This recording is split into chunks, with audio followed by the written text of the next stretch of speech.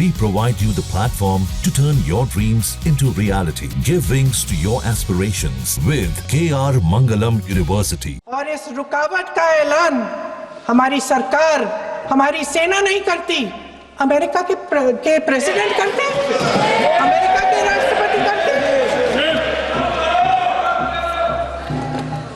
ये हमारे प्रधानमंत्री महोदय की गैर जिम्मेदारी का सबसे बड़ा प्रतीक है। आज गृह मंत्री जी ने इस बात पर उल्लेख किया।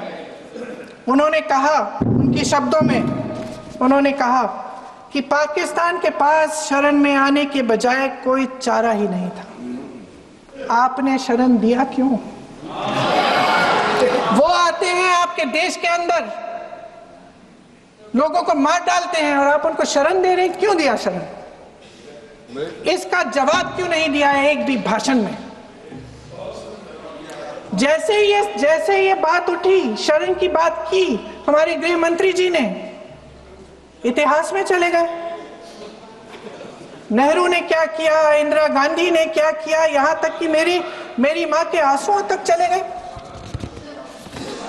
लेकिन इस सवाल का जवाब नहीं दिया कि ये सीज फायर हुआ क्यों, ये जंग रुका क्यों, और तब क्यों रुका जब दुश्मन के पास कोई चारा नहीं था हमारे श्रेय में आने के बजाय। क्यों रुका ये जंग? इसका जवाब नहीं दिया। धन्यवाद। आप देंगे?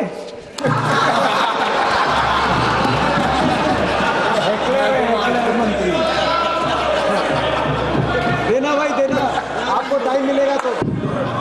टाइम नहीं मिलेगा आपको शायद। वैसे महोदय, मेरी माँ की आंसू की बात किए, मैं इसका जवाब देना चाहती हूँ। मेरी माँ के आंसू तब गिरे जब उनके पति को आतंकवादियों ने शहीद किया, जब वे मात्र 44 साल की थी। और आज अगर मैं इस सदन में खड़ी हूं और उन 26 लोगों की बात कर रही हूं, मैं इसलिए कर रही हूं क्योंकि मैं उनका दर्द जानती हूं, महसूस करती हूं।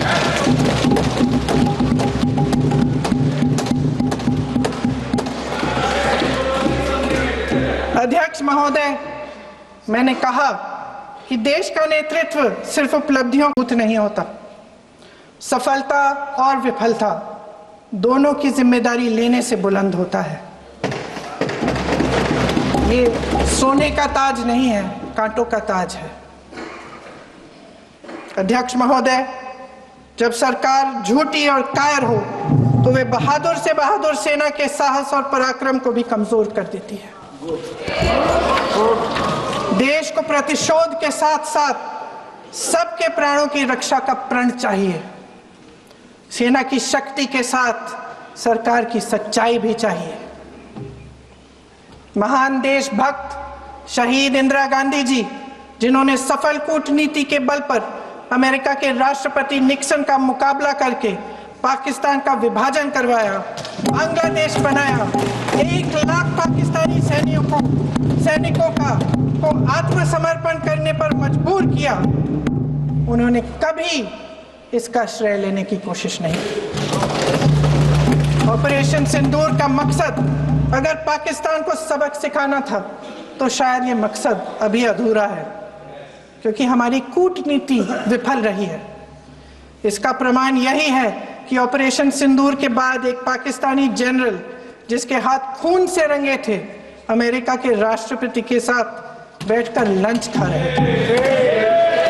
अगर ऑपरेशन सिंदूर का मकसद आतंकवाद को खत्म करने का था तो पाकिस्तान को संयुक्त राष्ट्र के आतंकवाद विरोधी समिति का अध्यक्ष चुने जाने से इस मकसद को धक्का लगा है। इसकी जिम्मेदारी कौन लेगा? क्या हमारे प्रधानमंत्री लेंगे? क्या उनमें ये हिम्मत है? नहीं है। अगर इस ऑपरेशन के दौरान हमारे जहाजों का नुकसान नहीं हुआ तो सदन में इसे साफ साफ कहने से क्या डर है? क्यों नहीं कहा है? कल भी रक्षा मंत्री जी ने कहा कि हमारे इंफ्रास्ट्रक्चर का नुकसान नहीं हुआ, तो जहाजों के बारे में भी बता दें, साफ साफ बता दें। क्या हर्ज है? सच्चाई तो है। सवालों से बचने के लिए ये सरकार हमेशा प्रयास करती है। इसकी राजनीतिक कायरता बेमिसाल है। देशवासियों के प्रति जवाबदेही का एहसास ही नहीं है। सच्चाई ये है कि इनके दिल में जनता के लिए कोई जगह नहीं है। सब राजनीति है, सब पीआर है, सब प्रचार है, सब पब्लिसिटी है। देश की जनता के लिए आपके हृदय में कुछ नहीं रहा। बहुत समय हो गया है आप इस प्रचार में ही लिप्त हैं, जनता को देख नहीं पा रहे हैं। जी माननीय, जो पहलगाम में हुआ, खत्म करती हूँ, जो पहलगाम में हुआ उससे हर एक देशवासी के दिल पे चोट पहुंची है। हिमांशी नारवाल की गुहार ने हम सबको शर्मिंदा किया है। इसीलिए मैं आज यहाँ खड़े हुए एक आखिरी बात करना चाहती हूँ।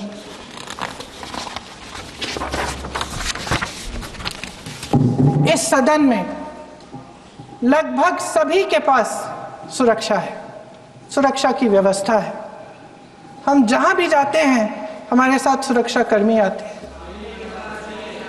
आपको भी मिल जाएगी, आप मंत्री बन जाएंगे, आपको भी मिल जाएगी। मैं मजाक की बात नहीं कर रही हूँ, मैं मजाक की बात नहीं कर रही हूँ। थोड़ा सा धैर्य रखिए। उस दिन पहलगाम में 26 परिवार उजड़ गए। 26 लोगों को अपने परिवार के सदस्य के सामने मारा गया। 26 बेटे, पति, पिता गुजर गए। उनमें से 25 भारतीय थे। भारतीय थे।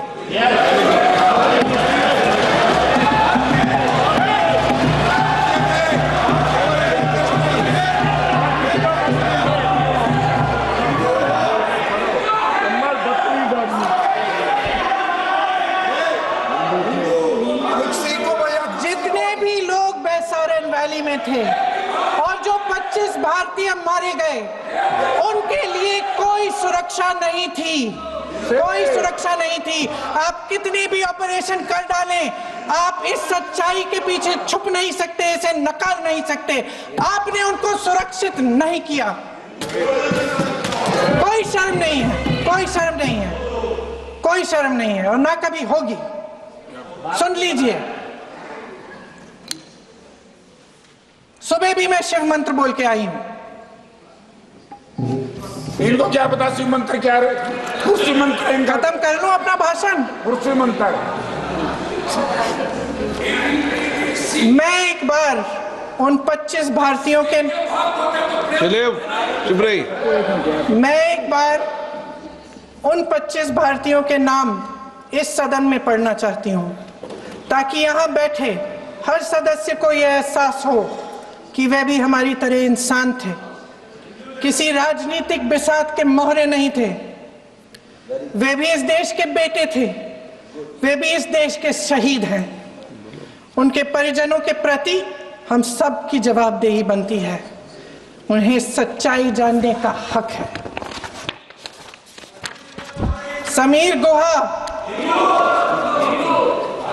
भारतीय, बिट्टन अधिकारी, मनीष रंजन, हेमंत सुहास जोशी, विनय नारवाल, सुशील नाथानियल, अतुल श्रीकांत पुणे, सैयद आदिल हुसैन शाह, मंत्री रामचंद्रन, संजय लक्ष्मण लेले, माननीय प्लीज, दिनेश अग्रवाल, दिलीप दिल से, कुमार सतपति, JS चंद्रमौली।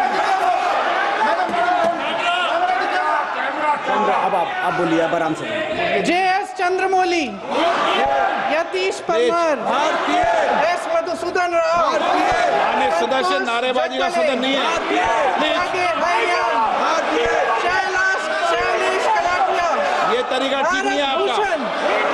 मंजुनाथ राव, कौस्तभ गनबोटे, शुभम द्विवेदी। जय हिंद। जहाँ भक्ति है हर शब्द में, कथाओं में छुपे हैं दिव्य रहस्य और ज्योतिष देता है जीवन को दिशा। धर्म से जुड़ी हर बातों को जानने के लिए हमारे चैनल स्तुति को सब्सक्राइब करें।